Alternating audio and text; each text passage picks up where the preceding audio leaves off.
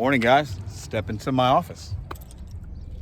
Morning, guys. Pedro DoorDash Santiago back at you with another daily vlog. So, this channel is about DoorDash and gig economy vlogs, chronicling my journey to become a small business owner. For those of you that are new to this channel, if you're not making $30 to $35 an hour, hit subscribe. Let's do it together.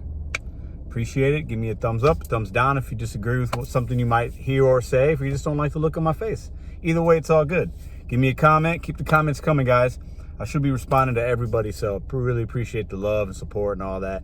So, also, this channel is about betting on you, setting goals one day and or one step at a time. So we talk about goal setting on this channel. I share with you guys my goals, and most of you that are watching know them. If you don't know them, I'm going to be starting my business this year of helping other local small businesses in the St. Louis region bring their goods and services to their customers without charging them crazy fees. So I do DoorDash and stuff to make money, but also to do market research and to meet and make connections with these local small businesses. So far, it's been going great. Been doing DoorDash full time for a few months now, and I do it every day just about. So let's go. Also, quick shout outs to you guys that are, let me know about your goals. I really appreciate it. I'll try to share a couple stories this week when I have a little bit of time to look into them, and I'll read them to you guys. My goal today, so today's Monday. I'm going to show you right after this intro, I'm going to show you my stats from last week and my current ratings and stuff. So I'll share that with you guys so that you know that when I talk about my goals, I'm really trying to achieve them. And if I don't achieve them, I'll let you guys know that as well, and why and what happened, what speed bumps I ran into that week, whatever. Right now it's Monday. It is 10, damn it, it's back on my clock. It's 10:56. So I had some stuff to do, so I'm a little bit off to a late start. I'm gonna go wash the car real quick, and I'll probably be accepting orders at about 11:15 or so. So it's about 45 minutes later than I like to start, but that's all right. My goal for most days is $200, as you guys know that. Monday, I like to start with $225. I like to start the week strong. We'll see if I can do that or not. It's really nice outside today.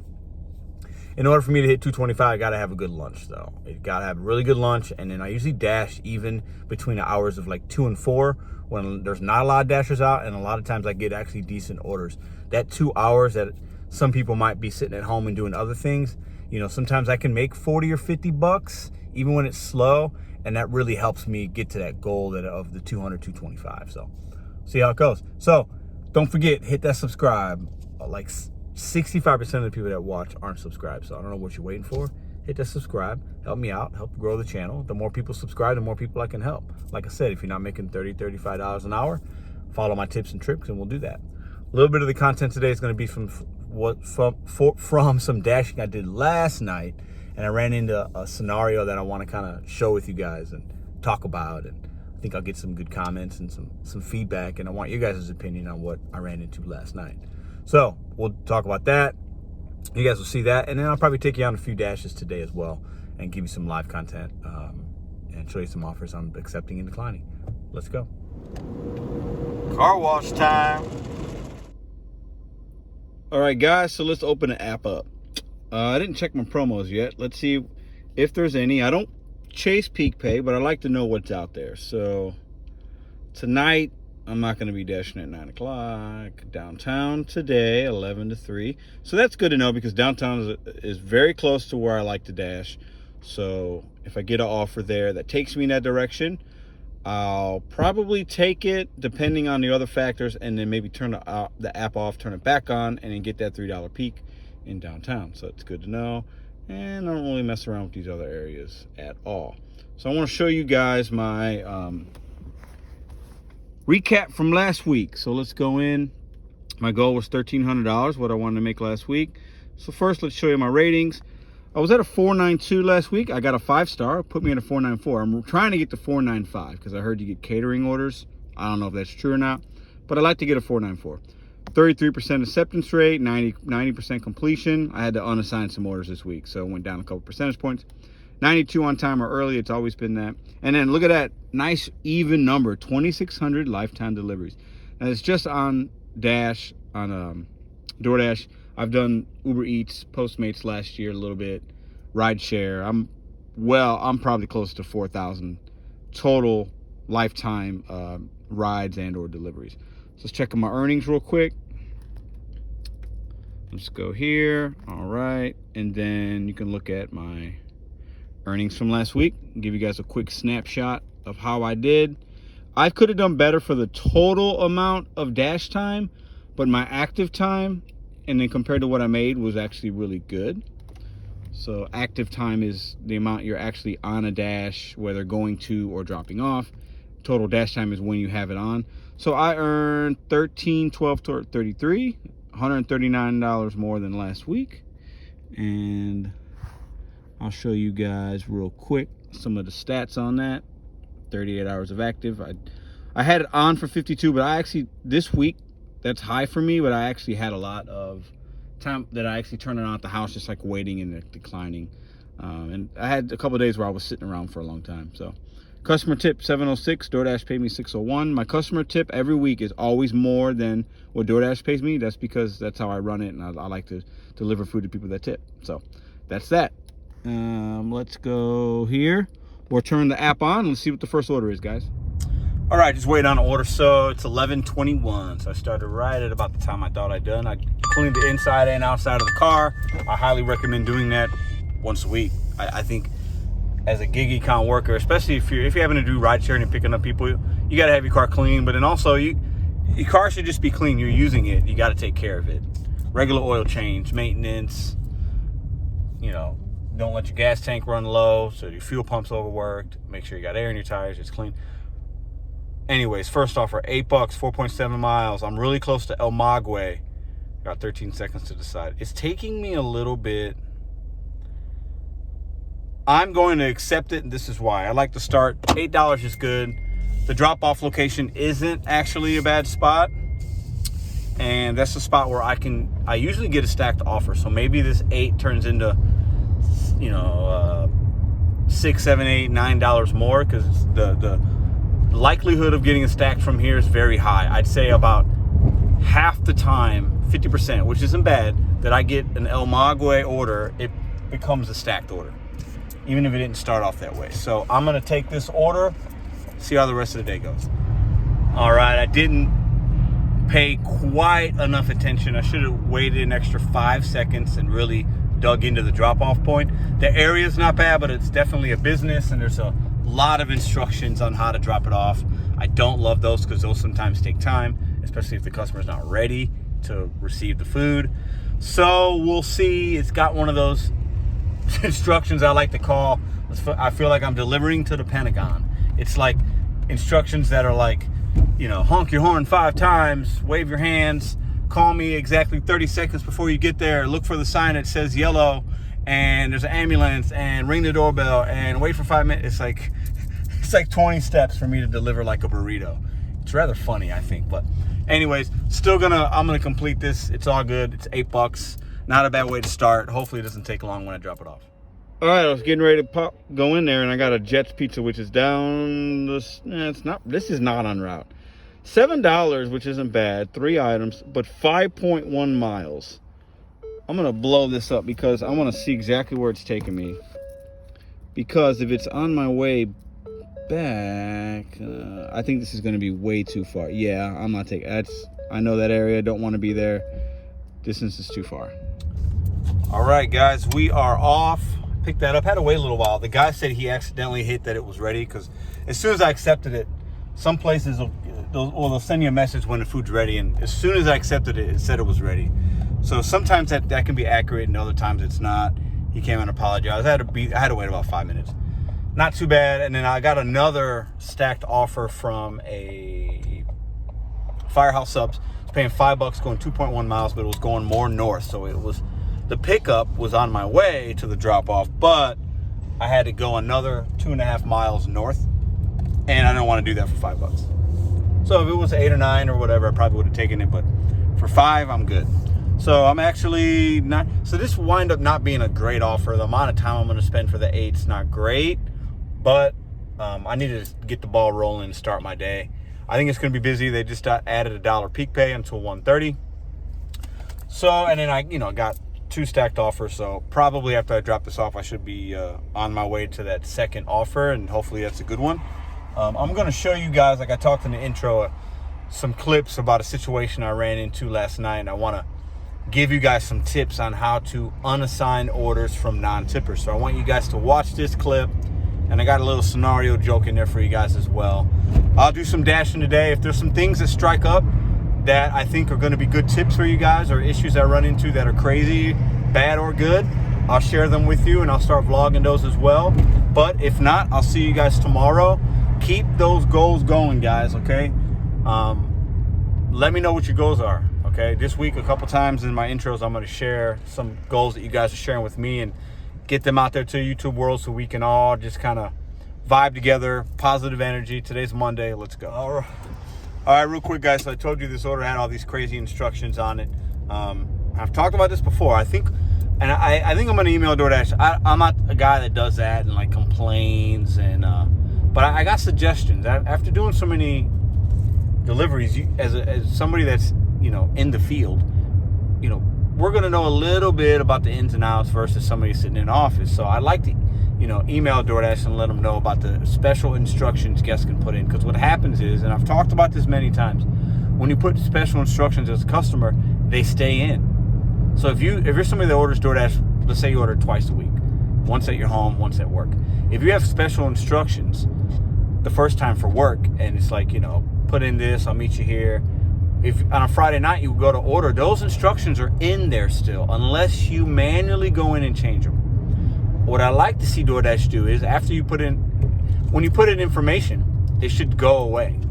Unless you click save or something, like it shouldn't automatically keep the instructions for every delivery, right? Because you're ordering from different places. Maybe you're ordering your deliveries in a different spot. Anyway, so this lady, I texted her, I'll be there in 8 minutes. She says, okay, great. Sorry, I put in, my instructions are still in there from the old way. My front door is unlocked. So thank God she actually saw it and responded. Otherwise, I would have been going through this maze of instructions that wouldn't have applied to this delivery. And that would have been a really bad way for me. That probably would have become frustrated. I'm texting the guests like, I'm back here. What's going on? I'm here. And then at that point she says, oh no, you got to come around to the front. I'm sorry. That would have been a bad way for my energy to start. But luckily she replied back saying, nope, the front door's unlocked. Sorry. But I think DoorDash has to do a better job of their analytically and schematically with the instruction part. It should go away. If somebody puts in special instructions that got to be typed in, or additional comments after every order, those should be blanked out. And then if the second time they order or the 20th time they order, if they have them, then they'd have to re-enter them. That's just my 2 cents. I think if enough dashers kind of give these places some feedback, maybe some things will change on the platform for the better for us drivers and really for the customer as well. All right, man, DoorDash trying to send me every offer. I dropped that offer off about 8 minutes ago, the first one from El Maguey. She was out front. It's actually a really easy drop off, so it wound up being a really good order all in all. But everything's been 6 miles or more, a couple 12 miles, a Walmart for 18. Declined them all. I got a Chick-fil-A, $9.75. The miles is a little more than I like. It's 6 miles, but when I go to pick it up, it's from the spot I go to. I'm going to go about a mile on a highway, hit the highway for like 4 miles of that. It's going to be a super quick, and then the place is right off the highway. Puts me right in my zone where I started. So really, it's actually all in all good because the miles is a little bit more, but highway miles, and I got a lot of interstates where I'm at.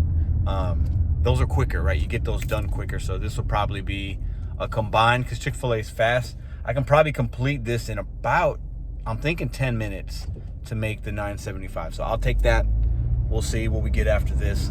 But don't forget, guys, bet on you Secos one day at a time. It's Monday. I'm out here. Gonna be a $200 day, maybe $225 if I can get lucky, but at least $200. That's where I'll leave you guys. I want you guys to watch this clip here. These couple clips I got about tippers versus non-tippers, and then a tutorial on how to unassign a stacked order and realize which one was a tip, which one isn't, and unassign the one that wasn't a tip and keep the good one. So we'll talk about that right now. All right, guys, I'm gonna give you guys a little scenario joke of the day. 2 people walk into a restaurant. One person sits down, other person sits down, separate tables. Server walks up to the first table, and the guy tells her right away, I'm not gonna tip you, I don't tip. It's just a personal decision. I don't tip waitresses and people that bring me food. And she's working, so she can't really like get an argument with the guy. She's got to serve him, and it is what it is. But she's probably going in the back and like, this guy's a jerk. I got to serve this guy. He just told me he's not going to tip. She goes to the second table. The lady says, you know what? I appreciate what you guys do. You're working hard. I appreciate it. You're taking my order. You're bringing my food.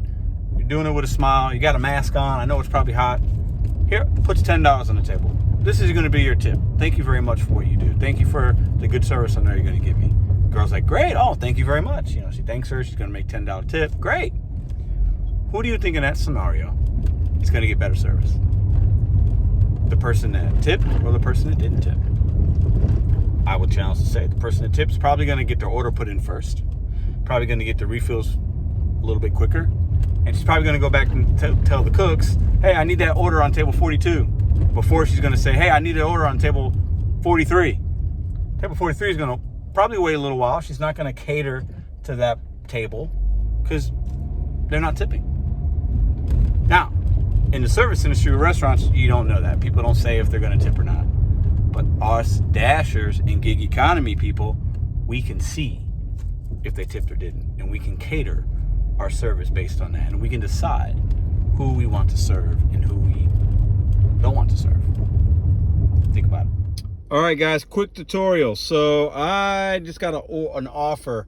It was 5 miles. It was $16, and both of the pickups are next to each other, same plaza. Great. And then both of the drop-offs are back on my way home, and I'm going to finish my dash after this. It was really a perfect order, but I'm on a $3 peak. So this one from Noodles & Co.'s no tips. $2.50 base pay, $3 tip, no tip. So I'm gonna unassign it and get the $11 from the other one because I don't want to deliver to somebody that doesn't tip. That's just me. Call me petty. Let me know in the comment section. But Noodles & Co., I can click on it. Can't do this order. I don't want to do it.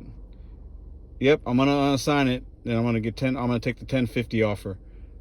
Something else, submit. And I'm still gonna keep that $10.50. You guys will see. Boom. $10.50, Hampton Village, let's go. Some of you might say, why didn't you just take it? It's $5. I get it. I don't like to enable non-tippers. That's why. All right, guys. So some of you might not agree with what I just did. And that's fine. You got, do you. No judgment here. I'm just showing you guys how you don't have to, you can unassign an order that's no tip. Like you just can. If both of those orders were like, if one was $7.50 and one was like $8.50, then, the guy would tip a couple bucks. I'm going to deliver him his food. I just am, right? I'm going to do that. But what DoorDash likes to do sometimes, they don't always do it because not every stacked order is a good one hidden with a bad one. I've had stacked orders multiple times that are both really, really good, okay? But sometimes what happens is, because it's just how it is, DoorDash will put a bad one with a good one. It's just, there's a lot of people ordering food. It is what it is. So, but I really, really try not to deliver people food that don't tip. I just don't. Call it petty. You can call me petty. That's fine. I don't like doing it. I want to also teach the customers that there are people out here trying to make money, and like we appreciate people that tip. So maybe he doesn't get his food tonight. I don't know. And I don't feel bad about it either. I don't. Maybe he'll think, or maybe he'll see this video, or maybe somebody will tell him, at work tomorrow, hey, I ordered food and I didn't get it. It never came, or it came an hour late. Oh yeah, well maybe, did you tip him? Like, did you, oh, you know what, I didn't. Maybe they'll think twice about ordering next time. Maybe they'll tip. So I try to do my part in educating you guys and the customers. But that's how you can unassign for you new dashers out there, or OGs that maybe didn't know. You can unassign stacked orders, and you can see exactly which order pays you what individually after you accept it. So that's how you do that. I'm gonna go pick this order up, then I'm gonna drop it off. I'll be really close to home. We're gonna call it a night. Cheers. All right, so I just picked up that Firehouse. It was, they were working on it. Maybe I had to wait 2 minutes. The Noodles & Co., the order I assigned is like right there, and they're quick. But another reason, I like to be able to explain my rationale so that, you guys let me know what you think. Like, I don't think I'm always right, okay? And I don't always make the right decision, but I like to kind of explain like why I do what I do. So another reason, let's say at Noodles & Co., Just say they're behind. Then I got to go and pick up that order that was for $5.50, no tip, and I got to wait, right? And I got to wait for something. What that does is it makes this order that I have, the lady that did tip, maybe her food gets a little bit colder because I'm waiting. Or maybe that order is my second drop off, okay? And then the person that didn't tip gets their food first, and the person that tipped gets their food last. That doesn't make, I try to think about all those scenarios, right? Or if I continue, let's say I'm still dashing and I got to pick up an order for somebody that didn't tip, it's going to take me more time. I got to go to the second place. I got to wait possibly, then I got to drop it off. So for that $5.50 that I gave away, and I'm on a peak pay, you got to remember, okay? If it was $5.50 and there was no peak pay, I would have taken it because the guy tipped a couple bucks, and that's fine. But because I'm on a peak pay, I unassign it because I can be onto my next delivery that much quicker because I didn't have to take the time to go pick up the second place from the order from the second restaurant, and I also didn't have to take my time, the 3, 4, 5, maybe 6 minutes it would have taken me to be on that delivery. So I'm able to put myself in a position to get that next offer. That will be more than $5.50. Any offer that I get is going to be more than $5.50 because I'm on a $3 peak. So every order is going to be at least $6. Now I'm not going to take a $6 order because that means there's no tip, but that's my rationale behind it. So while some of you might think, well, that order that was 16s now is only $10.50. I get it. Yeah, I'm making $5.50 less, but time is money in this gig economy work, this dashing work. Time is money, and I'm saving myself time, and my time is worth more than $5.50. All right, guys, quick pro tip. We've talked about this before. If you have your goal of the day, let's say your goal is $100, okay, whatever your number is, $25, $100, $200, $300, and or your goal was, I'm just gonna dash till 8 o'clock, let's say, right? Whatever, more so the money goal, because if there's a time goal, then you want to stop when you want to stop, if that's important to you. But if it's just a money goal and you've hit your $100 for the day, okay, then don't turn the Dash app off. Leave it on. If you're a little bit away from home and you have to drive home anyway, leave it on. I can't tell you how many times I've hit my goal for the day and said I was done. I leave the app on and I get an order on my way home. I call that making money on empty miles. I was going to drive that way anyway. So if it means that I get to pull into a parking lot, spend 5-10 minutes, pull out of the parking lot and go right in the direction of where I was going to drive already and drop some food off, if that means I can make an extra $10 by just leaving the app on and maybe declining some, right? Or maybe I leave it on and I don't get anything just going in my direction, I decline. It's fine. You can decline as much as you want. You're an independent contractor. But I do this on every shift. And by doing this, I've done the calculations. I can make an extra $100 a week by just simply leaving it on and picking up an extra 7 to 8 orders a week, okay? Which usually for me is close to about $100, okay? And I usually go over my goal each week up by about that amount sometimes if I leave it on, and I leave it on all the time, okay? This one is just, I was done, I hit my goal, and then I left it on, I got the stacked, I unassigned, but it's still making an extra $10.50 for another 7 minutes of my time. A couple minutes I had to wait to get in there, but I'm literally driving right in the direction of where I was gonna go anyway to go home. I'm just gonna pass up my block, I'm gonna go about 4 blocks, make a right, drop it off, and then I'm 4 blocks away from the house. So something to consider. That's extra money for you that you can use for your taxes, your car, whatever. If you've got goals every week, when we should have them, daily and weekly goals of monetary that you want to make to achieve whatever you're trying to achieve out here, okay? You can actually exceed that most weeks just by staying out a little longer and keeping the app on, okay? I would challenge you guys to try that. For those of you that do it already, cheers to you.